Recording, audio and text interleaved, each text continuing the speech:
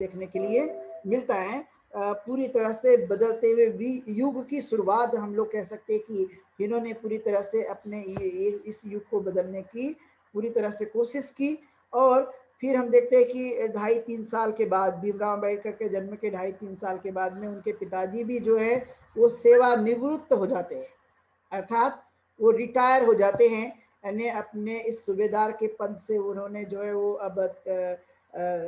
निवृत्त हो गए, यानी सेवा निवृत्त हो गया, उन्होंने उनकी सेवाएं समाप्त हो जाती है। क्योंकि हम जानते हैं कि भारत के अंदर में और न कि दुनिया में सभी जगह जो है एक उम्र के साथ जो है उनकी सेवाएं ली जाती हैं और बाद में उनको रिटायर कर दिया जाता है। तो 3.5 मतलब 3 साल के आसपास जो वो रिटायर हो जाते हैं और फिर वो सारा का सारा जो जिम्मा है वो उनके ऊपर में आ जाता है। और इस तरह की वो कोशिश करते हैं कि अब मेरा जो परिवार है वो सुख पूर्वक जीवन यापन करने की कोशिश करें। और उनका जो बड़ा भाई था आनंद राव, भीमराव अंबेडकर का भाई आनंद राव, तो इनकी शिक्षा जो शुरू हो गई थी और इन्होंने भी मतलब इन्होंने भी मिलिट्री स्कूल में अपनी सेवाएं प्रदान की थी। और फिर ये इस तरह का अपना जीवन जो है वो व्यतीत करते हैं, आगे बढ़ते हैं अपने पारिवारिक रूप से। और फिर हम जानते हैं कि भीमराव अंबेडकर का नंबर आता है पढ़ने का, और जब वो सतारा की स्कूल में पहली बार उनका दाखिला कराया जाता है तो दाखिला कराने के बाद में उनको जो है वो किसी भी विद्यार्थी के साथ बैठने की अनुमति नहीं दी जाती। यानी वो सबके साथ जो है वो सार्वजनिक रूप से बिल्कुल भी शामिल नहीं हो सकते। शिक्षा लेने के लिए सार्वजनिक रूप से वो पानी नहीं पी सकते थे। इस तरह का जो है वो एक प्रथा उस काल में थी और इवन आज भी ये पूरी तरह से समाप्त नहीं हुई है। जातिगत जो भावनाएं हैं वो अभी भी बनी हुई हैं और इसमें पूरा पूरा जो है उनको अपमान सहन करना पड़ा, क्योंकि इस तरह की व्यवस्था होने की वजह से बिल्कुल भी क्लास में उनको बैठने नहीं दिया जाता था। और न देने की वजह से फिर भी वो जो है अपनी पढ़ाई को पूरी तरह से करने में वो लगे रहे कि चाहे कुछ भी हो जाए। लेकिन राम जी सकपाल का कहना था कि आपको चाहे सताया जाए, आपको दूर किया जाए, आपको कुछ भी किया जाए, लेकिन फिर भी आपको जो है इस पढ़ाई से दूर नहीं जाना है। पढ़ाई करना जरूरी है, क्योंकि पढ़ाई करने से ही हम अपने दुखों को नष्ट कर सकते हैं, अनेक प्रकार की समस्या को दूर कर सकते हैं। कठिनाई ही इंसान को इंसान बना देती है।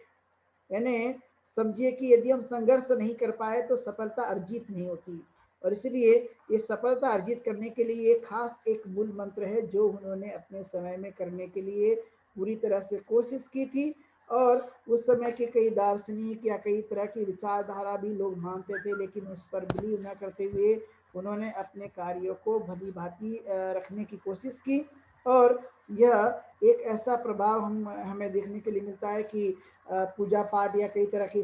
जो लोग कीर्तन भजन करते हैं, लेकिन फिर भी इन्होंने ऐसे कार्य को न करते हुए कहीं ना कहीं जो है अच्छी विचारधारा को उन्होंने लेने की कोशिश की। ये काम जो है एक उस समय के तत्कालीन समय में रामजी सूबेदार के जीवन से हमें देखने के लिए मिलती है। उस समय एक बड़ा क्रेज आप लोगों ने देखा होगा कि रामायण और महाभारत का क्रेज जो है लोगों में ज्यादातर पाया जाता था। आपने महसूस किया होगा कि जब बहुत सारे लोग छोटे छोटे उम्र में थे, और ये तो सकपाल के रामजी सकपाल के समय की बात मैं कर रहा हूँ, लेकिन फिर भी उसके 50 साल बाद भी और अभी से भी कई 10-15-20 साल बेग भी जाते हैं, तो आपने महसूस किया होगा कि जब रामायण और महाभारत टीवी पे आती थी तो लोग जो है जो समय दिया जाता था उसके पहले ही 1-2 घंटे से लगातार वहां बैठे रहते थे। ये सीरियल आने वाली है। और उस समय सोचिए कि ये टीवी पे आने के बाद इतना क्रेज लोगों में दिखाई देता है, तो उस समय तो ये गांव गांव में बड़ा प्रचलन था, इसलिए इम्पैक्ट जो है वो जल्दी हुआ करता था। क्योंकि इस तरह के कीर्तन के माध्यम से, भजन के माध्यम से, अभंग के माध्यम से लोग जो है वो प्रचार प्रसार करने का काम करते थे। और ये उस समय की एक बड़ी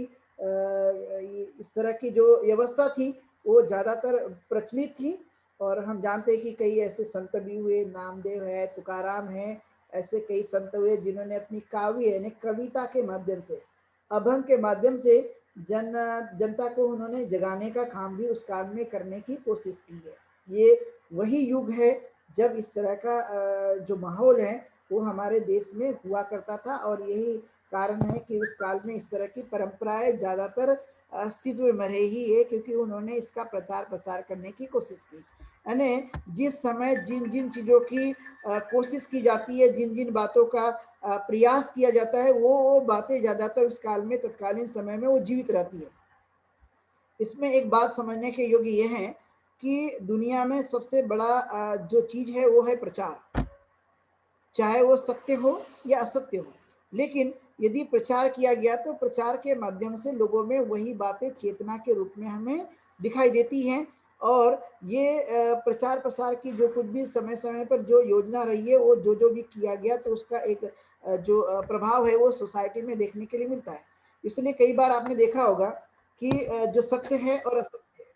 मानवता है और अमानवता है, सुख है और दुख है, युद्ध है और शांति है, ये आप इस तरह के शब्दावली को आप देखते होंगे। तो ऐसे समय में जिन चीज़ों को हम वर्तमान में देखते हैं, तो जिन चीज़ों का प्रचार प्रसार होता है वो चीज़ें जो है वो अस्तित्व में लोगों के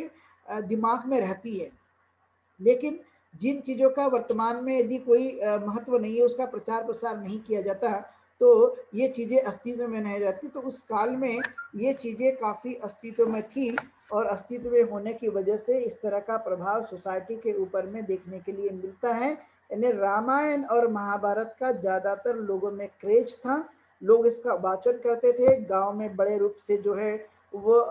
लोग सुनते थे, और सुनकर जो है वो ज़्यादातर उससे प्रभावित हुआ करते थे। लेकिन ऐसे समय में क्या राम जी सकपाल ने भी ऐसा ही कुछ काम किया होगा जो भीमराव अम्बेडकर को उस समय के हालात को बताते हुए? तो हम जानते हैं कि जब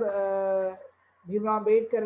ने भी इस तरह की बातों को सुनने की कोशिश की, लेकिन हम जानते हैं कि उन्होंने सिर्फ बताया इसलिए कि ये समझ सके,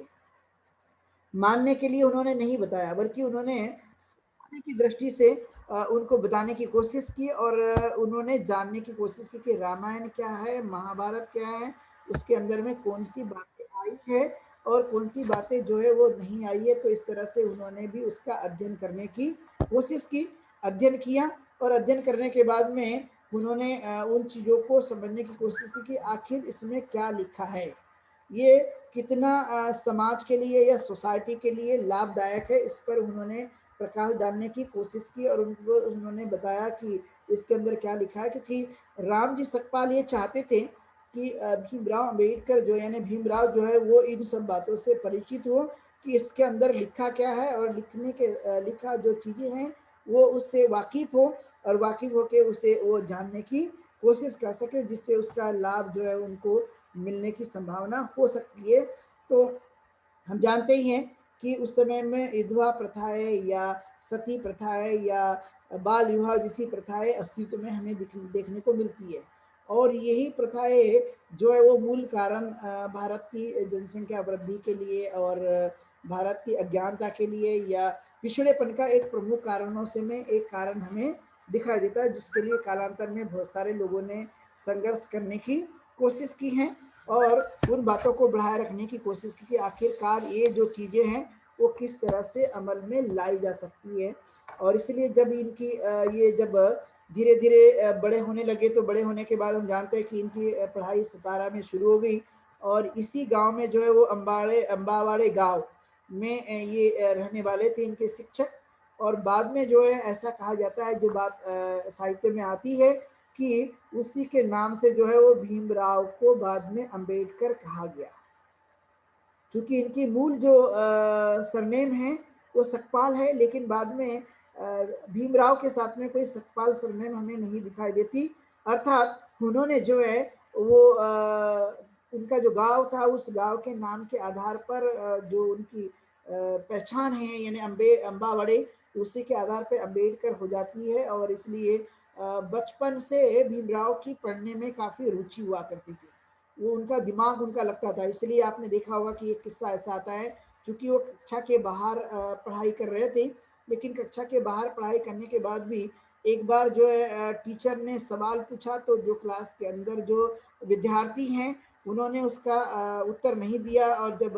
भीमराव को बुलाया गया तो भीमराव ने उसका उत्तर बहुत ही जल्दी से दिया था। तो हम समझ सकते हैं कि बचपन से जो है वो पढ़ाई के प्रति बहुत रुचि थी, क्योंकि वो काफ़ी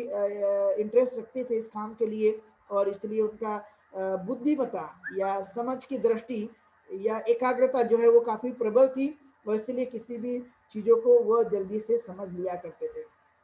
और इस तरह से उनकी पढ़ाई जो है वो हाई स्कूल की पूरी हो जाती है। तो प्रसिद्ध जो एलिफिस्टन कॉलेज है, वो एलिफिस्टन कॉलेज में 1905 में जो है उन्होंने प्रवेश दिलाया, और दिलाने के बाद में उन्होंने गहरा अनुभव लिया, और गहरा अनुभव लेने के बाद में उनको उस समय तत्कालीन समय में संस्कृत पढ़ने नहीं दिया गया था। जैसे कि उन्होंने रुचि दिखाई थी कि मैं संस्कृत पढ़ना चाहता हूँ, लेकिन संस्कृत पढ़ने की भावना को उन्होंने उजागर तो किया, लेकिन फिर भी उन्हें संस्कृत पढ़ने नहीं दिया गया। तो ऐसे समय में उनके भावना मन में भावना जागी थी कि मैं एक इंसान हूँ, लेकिन फिर भी मुझे संस्कृत पढ़ने नहीं दिया जा रहा है। तो ये भावना जो है काफ़ी उनको हताश कर गई थी, और उनके मन में एक जिद्द था कि मुझे भी संस्कृत सीखना चाहिए, कि संस्कृत जो लिटरेचर है, वो साहित्य है, उसका भी मैं ज्ञान अर्जन कर सकूँ, ताकि मैं जो है उसके अंदर का जो कुछ भी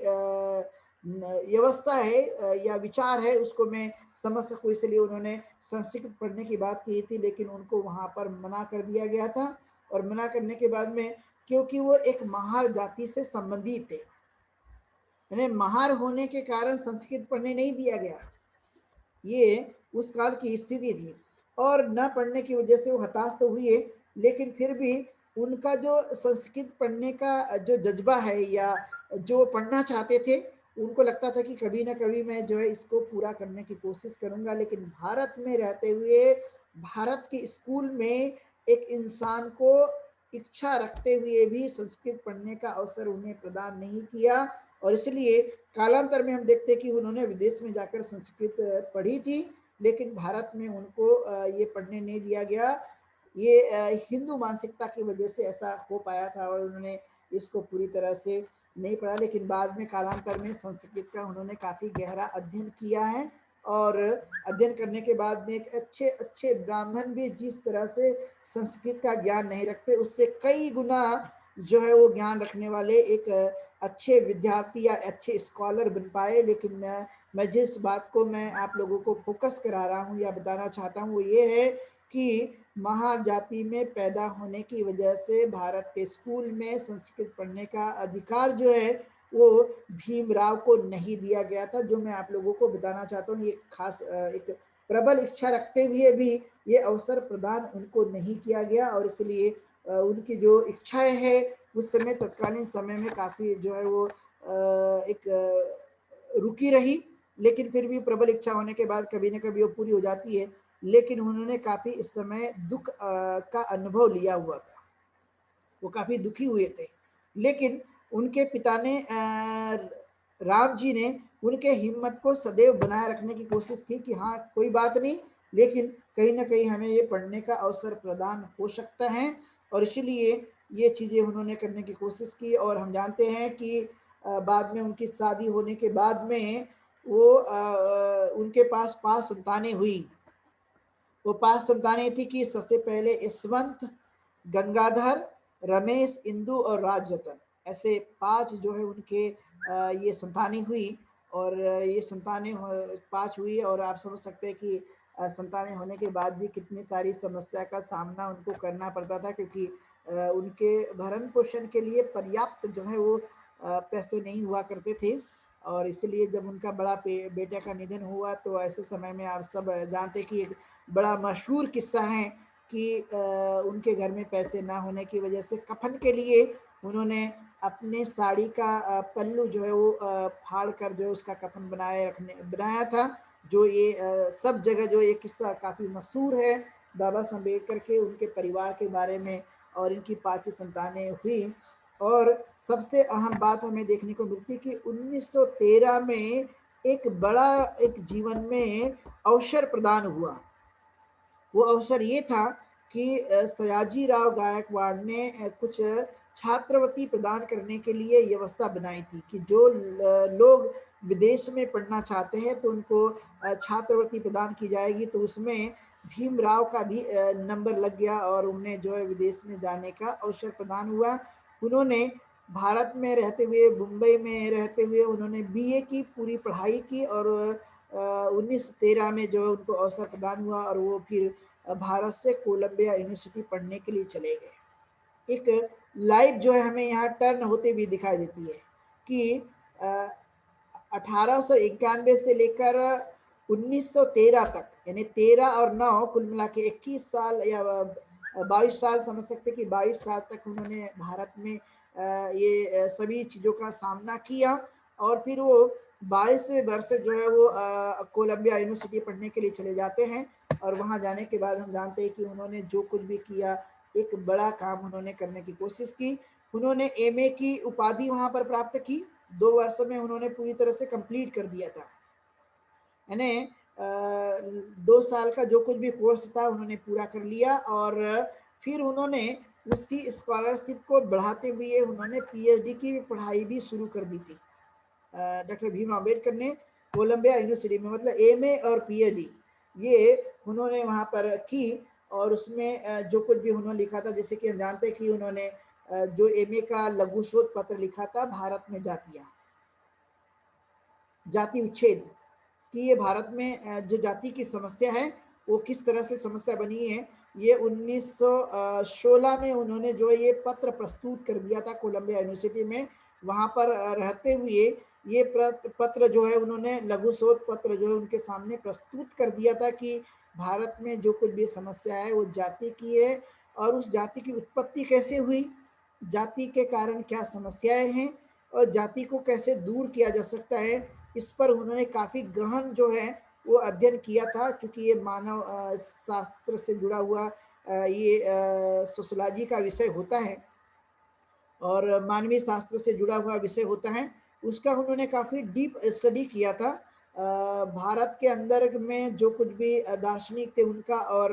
विश्व में रहने वाले जो कुछ भी बड़े स्कॉलर हैं जिन्होंने इसकी ओरिजिन की बात कही है, उत्पत्ति की बात कही है और उस पर समाधान कारक जो बातें बताई है उसको भी उन्होंने पढ़कर जो है उसमें लिखने की कोशिश की और इसलिए आपने देखा हो कि हिंदी का जो है वो वॉल्यूम नंबर 1 खंड 1 हिंदी का, उसमें ये वर्णन उनका आया हुआ है जो हम लोग अभी समझ सकते हैं कि उन्होंने क्या क्या बातें उसमें की है। विस्तृत रूप से यदि आपको जानना है तो उसका काफ़ी गहरा अध्ययन आप लोग कर सकते हैं और ये बात उन्होंने की थी। अब जो उन्होंने पीएचडी की जो उपाधि प्राप्त की थी जिस लेख पर, उसका नाम था ब्रिटिश भारत में प्रांतीय वित्त विकास, ये उनका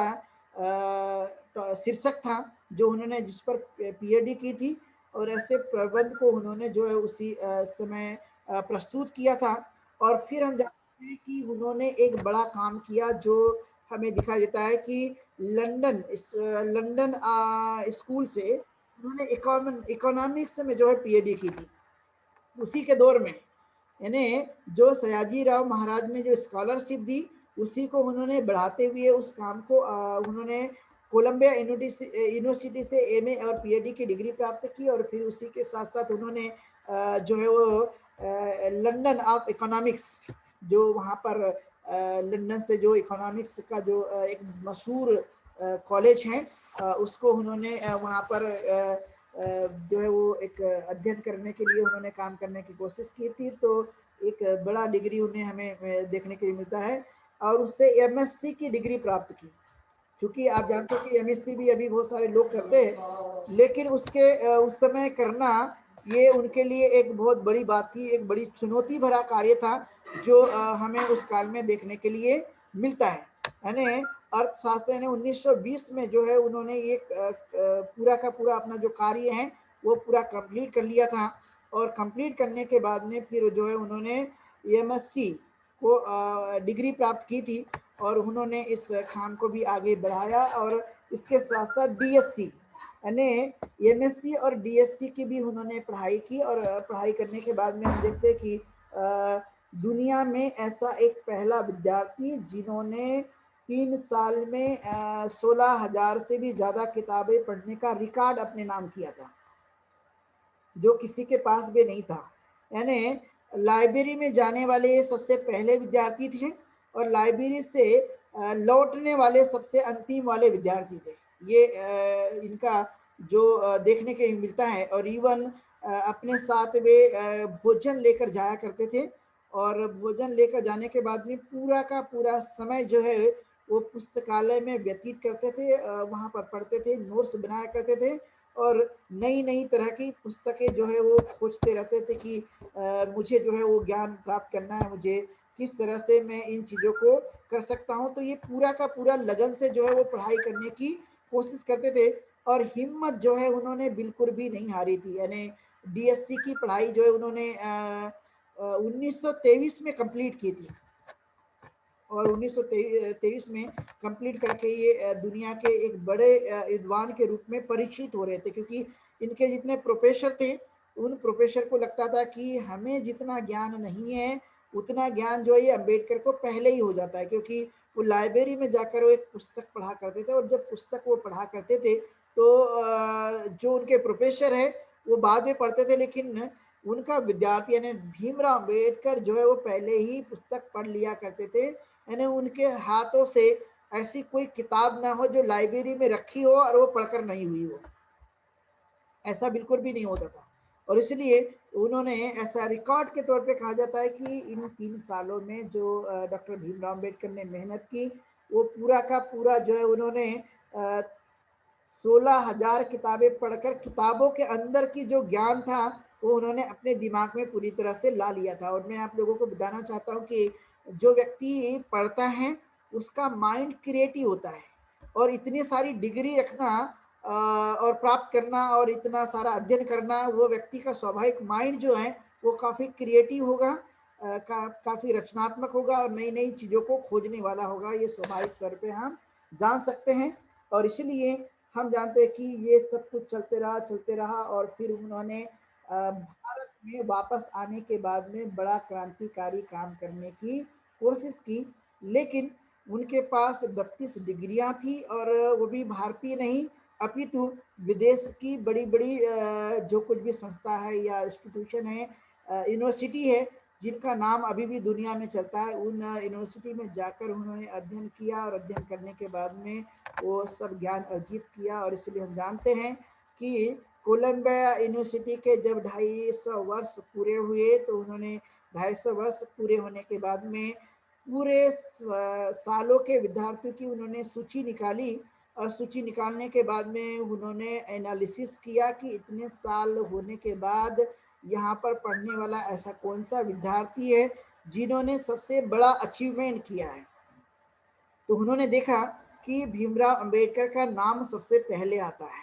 जिन्होंने यहाँ पर पढ़ाई की, और पढ़ाई करने के बाद में दुनिया में सबसे अच्छा और श्रेष्ठ काम करने के साथ साथ ज्ञान रखने वाला ऐसा व्यक्ति कोई भी नहीं पाया गया। इसलिए 250 वर्ष पूरे होने के बाद उस यूनिवर्सिटी की ये शताब्दी मनाते समय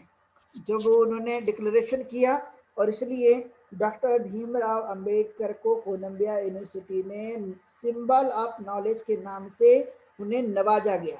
ऐसा दुनिया में, भारत में नहीं अपितु पूरी दुनिया में ऐसा सम्मान प्राप्त करने वाला आज तक भी कोई व्यक्ति अभी तक हमें नहीं दिखाई देता है, जो ये सम्मान जो है वो डॉक्टर भीमराव अंबेडकर के नाम से घोषित किया गया है। इन्हें 250 वर्ष में जितने स्कॉलर या विद्यार्थी पढ़कर गए कोलंबिया यूनिवर्सिटी से, वहाँ पर इतने सारे विद्यार्थी में कोई भी विद्यार्थी बिल्कुल भी नहीं पाया गया। सिर्फ और सिर्फ डॉक्टर भीमराव अंबेडकर का नाम ही जो है वो आता है, और इसलिए उनके बहुत सारे जो प्रोफेसर है, चाहे वो सेलिंगमैन हो या बाकी के और भी जो उनके प्रोफेसर है, वो कहा करते थे कि डॉक्टर भीमराव अंबेडकर जो है बहुत पढ़ते हैं और ज्ञान भी रखते हैं, और समाज के लिए कार्य करने के लिए विचार भी करते हैं। यानी जो ज्ञान का सही यूटिलाइजेशन है, यानी एक तो होता है ज्ञान लेकर सीमित दायरे में बने रहना, ज्ञान लेकर अपने रोजी रोटी की व्यवस्था करना, ज्ञान लेकर अपने परिवार तक सीमित रहना, ज्ञान लेकर अपने बारे में विचार करना, लेकिन एक ऐसा ज्ञान जिन्होंने अपने साथ साथ दूसरों के अंधेरों को, दूसरे के जीवन को परिवर्तित करने का पूरा पूरा कार्य किया है, उसे ही सही मायने में हम ज्ञान की परिभाषा के रूप में हम परिभाषित कर सकते हैं। और उनमें से डॉक्टर भीमराव अंबेडकर का नाम बड़े पैमाने पर लिया जाता है। इसलिए उनका नाम ऐसे ही नहीं लिया जाता। उन्होंने जो मेहनत की, परिश्रम किया और वो सब कुछ जो है उन्होंने अर्जित करने की कोशिश की और इसलिए ये खिताब जो है उनके नाम ही आता है। इसलिए उनके साथ कितने भी संबोधन जोड़ दो तो संबोधन जो है वो कभी भी कोई कम नहीं होते, क्योंकि वे एक बड़े विद्वान व्यक्ति थे, एक अर्थशास्त्री थे, समाज शास्त्री थे, अच्छे राजनीतिज्ञ थे, अच्छे इकोनॉमिस्ट थे और अच्छे दार्शनिक थे और वह एक बोधिसत्व के रूप में भी जाने जाते हैं। तो ये कोई कितनी भी हम संज्ञा उनको दे दे तो कोई संज्ञा कम नहीं होते। और सबसे बड़ा काम जो भारत के लिए उन्होंने किया था वो था भारत के संविधान का निर्माण, जो कालांतर में उन्होंने किया था काम, जो किसी भी व्यक्ति के पास में इतनी बड़ी योग्यता नहीं हमें दिखाई देती है जो भीमराव अंबेडकर के पास ये योग्यता हमें दिखाई देती है। इसलिए ये जो उनका कार्य है अभी नहीं बल्कि चिरकाल तक जो है वो टिक रहेगा। लेकिन ये बात हमें वर्तमान में समझने की जरूरत है कि वे कितने मेहनत करते थे, कितना परिश्रम करते थे, कितना त्याग करते थे, कितना अपना समय जो है वो लगाने की कोशिश करते थे और वह कभी भी जो है वो उनका उत्साह कमजोर नहीं होता था। और इसलिए बहुत सारे लोगों ने उनके बारे में कहा कि डॉक्टर भीमराव अंबेडकर अकेले ऐसे व्यक्ति है जो अकेले तो हैं लेकिन अकेले रहते हुए भी 500 ग्रेजुएट के बराबर है। जो 500 ग्रेजुएट यानी कोई कॉलेज या यूनिवर्सिटी में पढ़ने वाले विद्यार्थी हमें दिखाई देंगे 500, तब जाकर जो है वो अकेला अंबेडकर होगा। ये ऐसा उनके कई प्रोफेसरों ने इस तरह से बात की है, सेलिंगमैन है या कई और भी उनके प्रोफेसर है जिन्होंने इस तरह की संज्ञा देकर उन्हें नवाजा गया कि ये वह व्यक्ति है जिनका इतना बड़ा दिमाग, इतनी बड़ी ताकत रखने वाला व्यक्ति, वह भी जिसको कक्षा में कभी सबके साथ में पढ़ने का अवसर नहीं दिया गया लेकिन फिर भी इतना ज्ञान रखने वाला प्रथम व्यक्ति है। और ऐसा उनके बारे में कहना कि वे भारत के उन लोगों में से नहीं अपितु संसार के उन लोगों में से हैं जिनका नाम पूरी दुनिया में आज भी प्रमुख रूप से लिया जाता है। और इसलिए उनके इस बारे में जानने की बखूबी कोशिश करें, क्योंकि यह एक अवसर है जो उनकी लाइफ को, उनके मिशन को, उनके कार्य को, उनके विचारों को हम जान सकते हैं और जानकर आगे बढ़ा सकते हैं, जिससे हम आगे चलकर जो है उस कार्य को करने की कोशिश करेंगे। तो इसमें एक प्रमुख बात हमें ये दिखाई देती है कि उनकी इंग्लिश बहुत अच्छी थी। उनके जो डिक्शनरी में जो शब्द जो है वो बड़े मुश्किलों से मिलते हैं, ढूंढ ढूंढ कर भी नहीं मिलते, लेकिन डॉक्टर अंबेडकर को इंग्लिश भी एक अच्छी आती थी। हम समझ सकते हैं कि उनकी पढ़ाई यदि अमेरिका में हुई है उस जमाने में तो वे अच्छी अमेरिकन इंग्लिश बोल सकते थे। यदि उनकी पढ़ाई इंग्लैंड में हुई है, लंदन ऑफ इकोनॉमिक्स के उन्होंने किया, तो हम समझ सकते हैं कि उनकी जो ब्रिटेन की इंग्लिश भी उनकी अच्छी थी। तो जो डिक्शनरी में ज़्यादातर ऐसा कहा जाता है कि 1250 शब्द डिक्शनरी में पाए जाते हैं, लेकिन उनके पास उससे भी ज़्यादा शब्द की वोकेबुलरी जो है वो हमें दिखाई देती है। और इतना ही नहीं, तो उन्होंने 9 से ज़्यादा भाषाओं का ज्ञान भी रखा। भारतीय भाषाओं के साथ साथ दूसरी भाषा को भी वह सीखने की कोशिश करते थे। उन्हें जो है वो जर्मनी आती थी और जर्मन में ही जाकर उन्होंने संस्कृत भी सीखने की कोशिश की थी, जैसे कि मैंने बताया कि भारत में उनको संस्कृत पढ़ने से रोका गया था। तो कहने का तात्पर्य है कि उनको जो है वो भाषा में भी काफ़ी मास्टरी हासिल थी और इसलिए उनके साहित्यिक रचनाओं को पढ़ते हुए या देखते हुए हमें ये महसूस होता है कि उन्होंने किस तरह से अध्ययन किया होगा, कि उन्होंने किस किस शब्दों का इस्तेमाल उन्होंने अपनी वोकेबुलरी में किया और उसके माध्यम से उन्होंने एक बड़ा गहरा अध्ययन किया है जो बहुत ही जरूरी है आज के समय के लिए समझने की दृष्टि से। और हमें जानना भी चाहिए कि वो किस तरह से उन्होंने अध्ययन किया और अध्ययन करने के बाद में उन्होंने किस तरह से अपने ऊंचाई को हासिल किया है। जो नामुमकिन है उसको उन्होंने मुमकिन में तब्दील कर दिया, जो कभी हो नहीं सकता, ऐसी चीज़ों की अपेक्षा नहीं की जा सकती है, ऐसी चीज़ों को भी उन्होंने कामयाबी की तरफ में लाकर की कोशिश की। तो यही एक बड़ा अवसर है जो हमने जानने की कोशिश करना चाहिए। और इसलिए हम जानते हैं कि रमाबाई अंबेडकर को ये कहा जाता है कि इतने बड़े विद्वान की पत्नी जो ज़्यादा पढ़ी लिखी नहीं थी लेकिन बहुत ही सूझ वाली थी, बहुत ही अच्छी थी, सुशील थी और अच्छे कार्यों को करने वाली थी। ऐसी कई तरह की घटनाएं उनके जीवन काल में होती है, लेकिन फिर भी वो कभी घबराते नहीं हैं, बल्कि उस पर डटकर मुकाबला करने की कोशिश करते हैं, और डटकर मुकाबला करने की कोशिश करने के बाद में वो जो है अपनी कामयाबी की तरफ में आगे बढ़ते हैं। तो इस तरह का जो जीवन है वो भीमराव अंबेडकर का हमें प्राथमिक रूप से दिखाई देता है। तो हम समझ सकते हैं कि बचपन से लेकर एक बड़ी शिक्षा तक, बाल्यकाल से लेकर हायर एजुकेशन तक जो उन्होंने परिश्रम किया, और परिश्रम करके अपनी कामयाबी को हासिल करने की पूरी तरह से कोशिश की है। कितनी सारी रुकावटें आई, कितनी सारी अड़चनें आई, कितने सारे उन्होंने कष्ट झेले, लेकिन मेहनत करना उन्होंने कभी भी नहीं छोड़ा। तो ऐसा कहा जाता है कि जो जीवन में तकलीफें उठाते हैं यही आगे बढ़ने की कोशिश करते हैं। जो तकलीफें नहीं उठा सकते, जो कष्ट नहीं कर सकते, जो परिश्रम नहीं कर सकते हैं, तो कामयाबी उनके इर्द गिर्द नहीं आती है। यानी कष्ट अभी होगा, लेकिन इस कष्ट का परिणाम फ्यूचर में जो है वो अच्छे सुख में परिवर्तित होगा। अभी कष्ट नहीं तो फ्यूचर में कोई